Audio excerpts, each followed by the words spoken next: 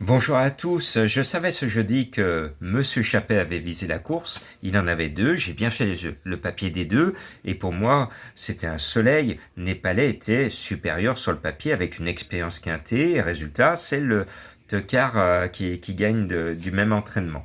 Bon ben c'est comme ça, ce sont les courses handicap quinté, c'est pour ça que je n'aime pas ces courses où il n'y a aucune logique de faire le papier bien carré comme ça sert à rien du tout. Donc grosse déception, surtout avec des points de suspension. Bon, ce vendredi, on va vers un Black Friday à Vincennes. Vous le savez, depuis un an, je vous tiens au courant, je tire la sonnette d'alarme les vendredis. Il y a souvent des surprises. Là, tous les ingrédients sont réunis pour la surprise. Vous avez, pour les Black Friday, souvent un JMB à 3 contre 1 au départ. C'est le cas. Le 3 Pharrell 7, souvent, pas toujours, mais souvent distancé dès les premiers mètres et évidemment, JMB prévient, son cheval est délicat au départ. Alors, tout va jouer dans les 100 premiers mètres, soit le cheval passe les 100 premiers mètres et il gagne, soit il ne les passe pas et il va ruiner toute la France turfiste. Donc ne le prenez pas en base, je me couvre, je le mets premier, mais il sera premier ou distancé ce numéro 3. Après, je suis plus confiant avec le numéro 4, Falcao de Chenu. Il m'a présenté un gentil petit mot d'excuse pour la dernière fois. Il va tenter de reprendre sa série victorieuse et il en a les moyens. Et puis il y a un petit cheval qui fait battre mon petit cœur. C'est le 5 Forest GD.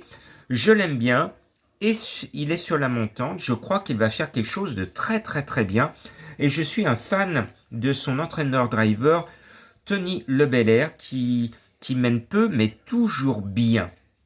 Le 6, Fashionable Quick, eh bien, c'est mon abonnement à Franck Nivard. Le cheval est bien, lui aussi sur la montante.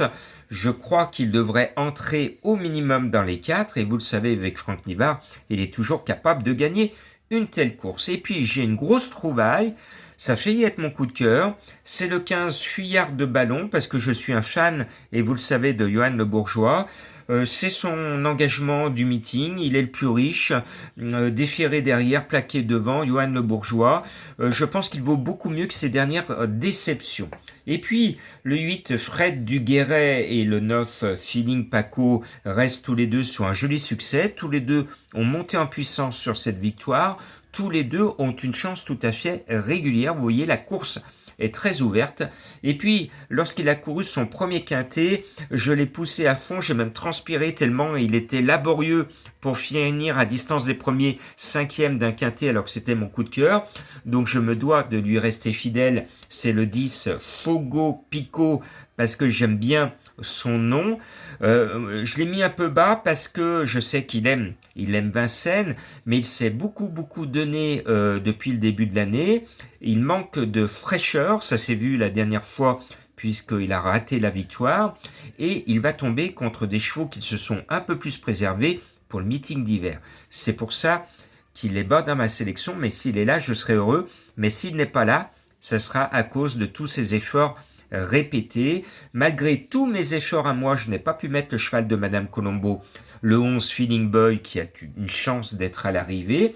Et puis attention à un dicton de la SNCF, un Bazir peut en cacher un autre, c'est mon énigme du jour. Un Bazir peut en cacher un autre dans le quintet. Attention, c'est peut-être de lui, de cette énigme, que va venir la grosse surprise. Ma sélection, le 3, le 4, le 5, le 6, le 15, le 8, le 9, le 10.